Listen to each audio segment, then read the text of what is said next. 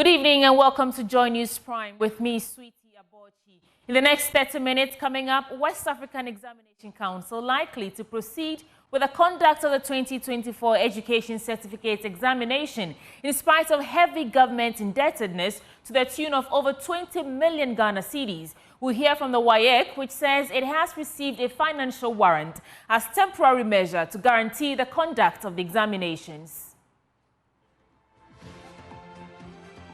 Also, concerns emerge over the surge in non-communicable diseases in the northern region.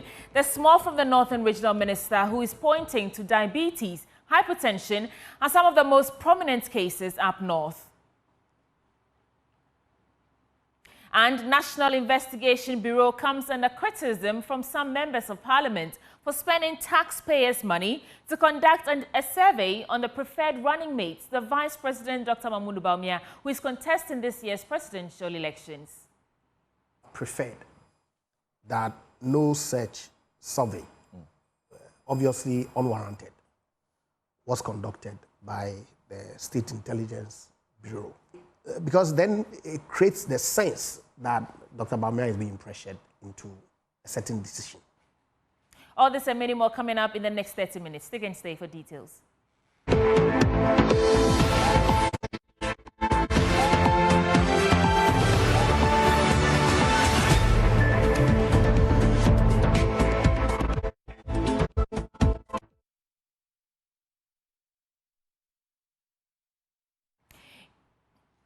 In our first story, Joy News is learning that the West African Examination Council has received a warrant from the government of Ghana, which will now allow the examination body to proceed with scheduled basic education certificate examination. There is a raging controversy in Parliament over government indebtedness to WAEC, which the minority has declared only part payment has been made. Bolibamboy MP Yusuf Sulemana even raised concerns over the possibility of postponing the BEC this year due to government indebtedness. Today as we speak, WAEC is complaining that they do not even have money to conduct BEC exams. That is what we should pay attention to. We don't see that to the agents, and we don't see that as an issue that we should address immediately. What we are talking about is taking National Service Bill and the certificate of agency. When in nature for this country, BEC is to be written very soon, and WAEC is unable to raise money to do it, and nobody is talking about that. I think that the minister should be interested in raising money for WAEC to be able to conduct BEC exams for our children. But the Majority Chief Whip, Frank Anodompre, offered a clarification, claiming he has been informed, together with the minority leadership, that up to 80 million Ghana cedis out of the almost 100 million cedis debt has been cleared. The matter of releasing to WAEC, Chief Whip will bear me out. When this morning we came to the chamber, the ranking member raised it, and I have details of it here. No, you are not listening. Please come. He raised issues about releasing to WAEC for the conduct of exams. And the ranking member, the respected ranking member, gave me copies. So myself and the Chief Whip, we followed up and we spoke to the Minister of State, Honorable Abeno Saisai. She got back to the ministry, did all the checks, and confirmed that indeed they have made significant release. Significant. Well, please, listen to me. So we are told an amount of 80 million has been released. So please, my colleague can make all his points, but he should stay clear of that. The matter has been dealt with. Meanwhile, the West African Examination Council says it has received a warrant that will allow the conduct of the BEC exams, even as government works to clear all other arrears. Now, joining us via phone is Public Affairs Director at the West African Examination Council, John Kapi. John, welcome to the program. Now, are you able to tell us in detail how much exactly has been paid to you by the government? Good evening to your listeners. So far, we've received a warrant for 47.125594 million Ghana cedis. Okay, so now at least a warrant has been issued. Will this deal with all the hurdles that will allow for the conduct of this year's BEC? Yeah, okay. So what we're going to have to do would be to draw a scale of preference so that we give priority to the conduct of the examination, after which we'll speak about the other costs. And if there are further releases, we'll go ahead and then process the results and release them. Could you elaborate more on this scale of preference? Does it affect the students who are going to sit for the examination, or what do you mean? No, sorry. When you look at the processes that we go through, we have our pre-examination process, we have the main examination, that's the conduct, and then we have the post-examination activities. Now, for the pre-examination, it includes procuring stationery for the examination by way of answer booklets, by way of pencils, objective answer cards. Now, we also have to do the printing at the printing press, and then also to prepare ourselves and then move in bulk all the question papers to the regions and then to the various examination centers. Now, as we speak, we have been able to do print some answer booklets to the tune of about 12.6 million cedis. We have been able to buy pencils to the tune of 1.146. And then we've also bought bond paper for printing. That costs about 48 million Ghana cedis. Now, so if I talk about a scale of preference, what I'm simply saying is that we would not be able to pay our debtors. However, we would be able to conduct the examination as we are supposed to do. So how do you intend to sustain your operations as an examination body while works are ongoing to clear the arrears? Well, we are non-profit making, and so all we do is depend on examination fees. So, well, we have been in contact with the Ministry of Education.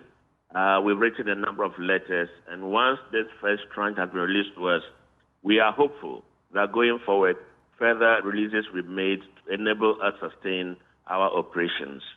Do you have timelines you're working with? Have you been given some timelines? No, for now, we haven't had any timelines given. All we have been told, all we have is this warrant that we are going to process through gift miss. Maybe as the days go by, we may have some communication to that effect, where they'll probably tell us at the times that they'll be releasing some of these funds to us.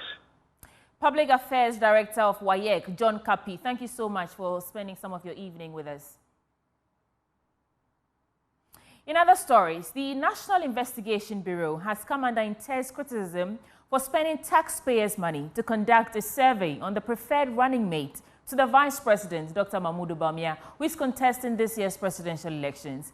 The nationwide survey by the NIB tipped Energy Minister Dr. Matthew Opoku-Prempeh as the preferred candidate to partner Dr. Mahmoud Bawumia as running mate ahead of the December polls. But the document has met the displeasure of some members of Parliament who have suggested impropriety. While North Tongu Member of Parliament Samuel Okudzeto-Ablakwa believes there's an abuse of office, Member of Parliament for Sekondi, Ejapa Mercer, believes the survey is unwarranted. The duo was speaking on current affairs program Newsfile. Even though I would have preferred that no such survey, obviously unwarranted, was conducted by the State Intelligence Bureau. Oh, you think this is unwarranted?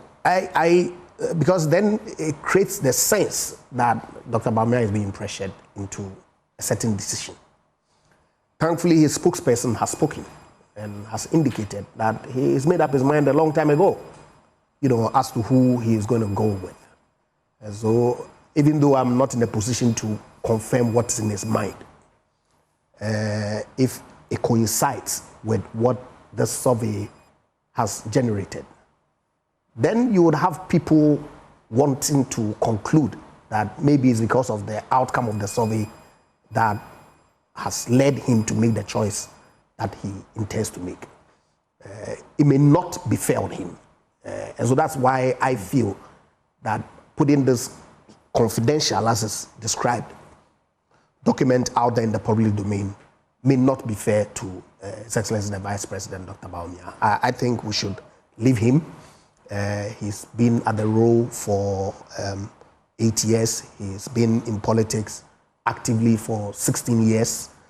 He knows the terrain. He knows what he wants and who assist him in executing the mandate that the good people of this country he's seeking from.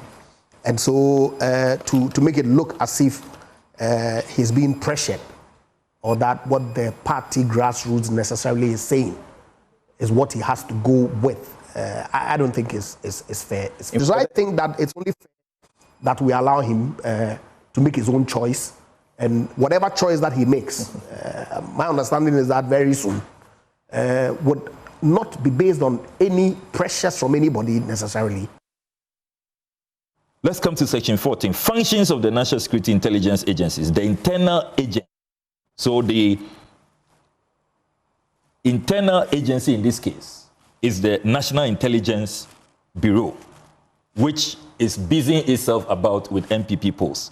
This is its function under the law: to brief the President, the National Security Council, and any other relevant stakeholder on intelligence gathered internally relevant to the national security interests of the country. National security interests of the country. How does choosing Napo, Dumchum, or whoever become relevant to the national security interests of our country? B, monitor, collect, analyze, evaluate, retain, and disseminate in an appropriate manner information and intelligence gathered internally and perform intelligence operations. They shall be responsible for counterintelligence and activities for the internal security and stability of the country. Intelligence gathered internally in order to prevent counter-violent extremism, including terrorism in the country. Serious mandate given to this body. And you go about conducting MPP polls with my taxpayers' money? How do they expect NDC members to feel? Neutrals to feel? With our taxes. That's what they are doing with our taxes. In the NDC, I'm aware that before President Mahama announced Professor Nana Jenopoku-Agyeman, his spokespersons have confirmed that they conducted 4 polls. Those polls were conducted by private organizations. Ghana does not lack pollsters, credible ones at that. Take MPP money from MPP dues. Now, how much has been spent on this?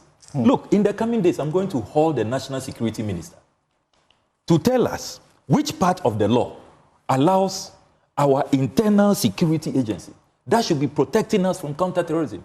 Look, all the reports I have seen as ranking member of the Foreign Affairs Committee, we ought to be worried.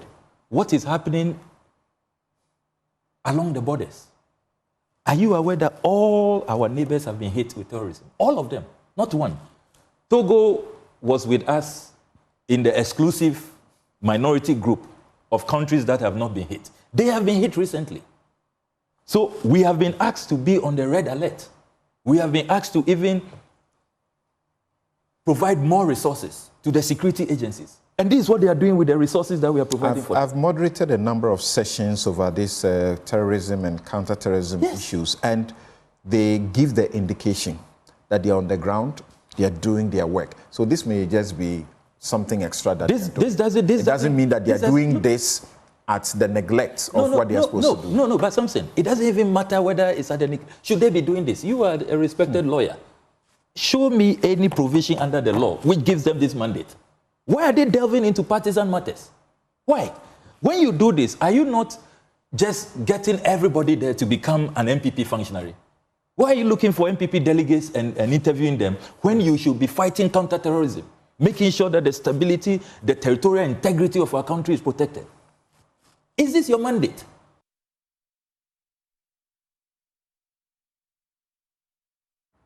Let's stay on this NIB report for some more clarity. Joining me now via Zoom is Richard Kumado. Richard is a security consultant.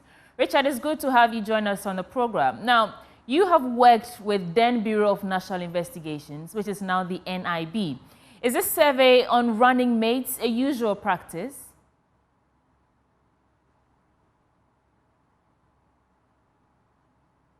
Do you have Mr. Kumado with us?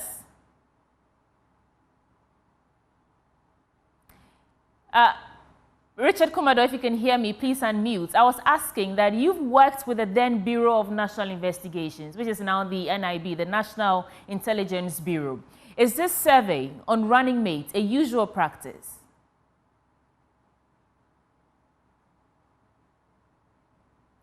Please unmute if you can hear me. We can't hear you.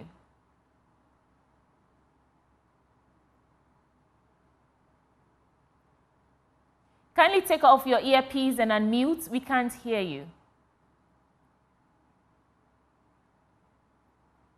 Mr. Richard Kumado, if you can hear me, please unmute and check to be sure that your sound is on.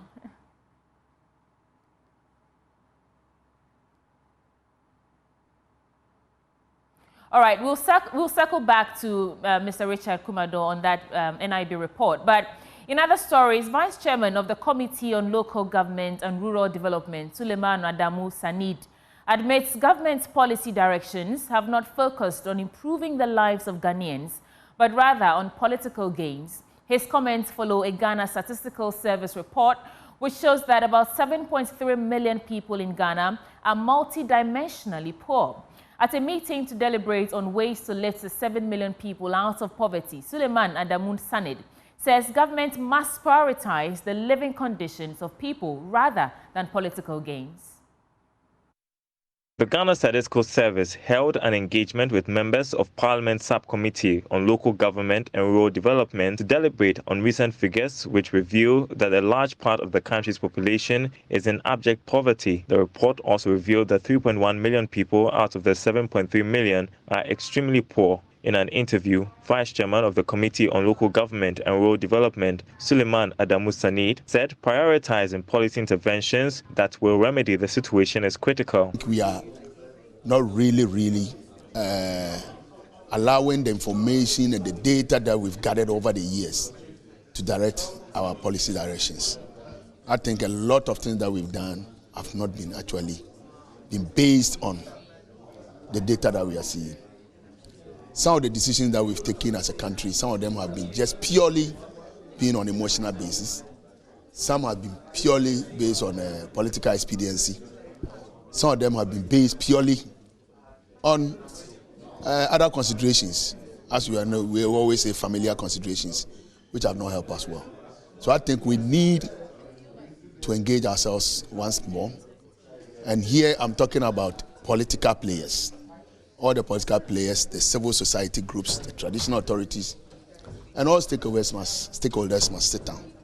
And then we all decide on the way forward. Deputy Ranking Member on the committee, Benjamin Podo, also described the situation as worrying. The survey done can inform us so as to be able as policymakers to determine where to do the multiple interventions that can lead people out of poverty, because according to them, if you are deprived of about a third of the indicators, it means you are really very poor. So it is necessary that policy decision makers should intervene in those directions. Director of Social Statistics at the Ghana Statistical Service, Omar Seidu, emphasized the importance of using the findings to inform policy decisions to eliminate poverty. It's a district like Asukwa. Just about 6% of the population there are multidimensionally poor. Then you go to a district in Upper East, I think is in Napdam or so, and you have about 70% of the population there being multidimensionally poor. So the understanding there is that these two districts, when they have to prioritize policies to intervene, they all have to look at it in respect to what their districts, what contribute most to multidimensional poverty in their districts. So it will not be one policy fit all for everybody. It has to be district specific, and that's why we are very happy that we have had the opportunity to disseminate this already to all the districts last week. Last week we did the dissemination for all the districts, 261 districts in this country. So all of them have access to this. And so it's our expectation that the district level, they will be able to use this to support their planning. The Multidimensional Poverty Index is a non-monetary measure of poverty that explains the living conditions of Ghanaians.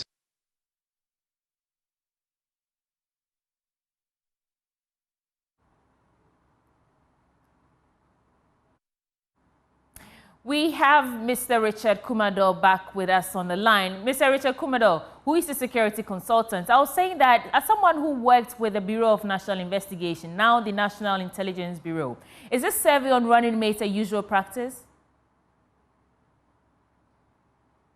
Please unmute. We can't hear you.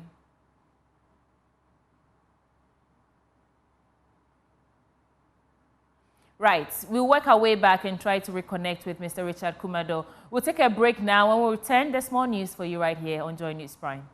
Welcome back on Joy News Prime. On that story about the report from NIB that projects Dr. Mahmoud Bawumia as the preferred candidate, we do want to get that clarity from a security consultant. Mr. Richard Kumo is joining us now via phone.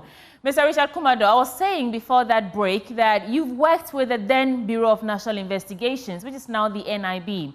Is this survey on running mates a usual practice? Definitely, it's not a usual practice. What a BNI does basically is to have three core priority areas, or we call them the priority interest areas. One is national security interest, or what you call national interest.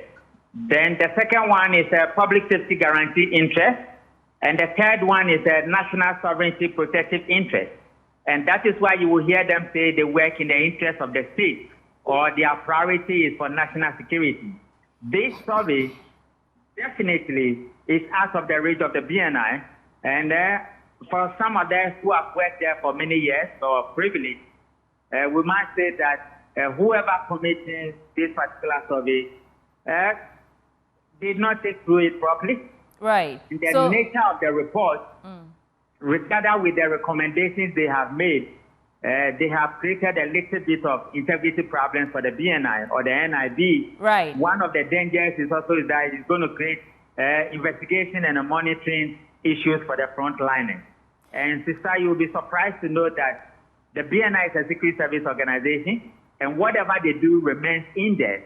To the extent that you have confidentiality stamp on the report, it means that whoever linked the report to the general public has actually committed a treasonable offense and has also raised a documentary security risk accessibility issues for the BNI. So this is where we are.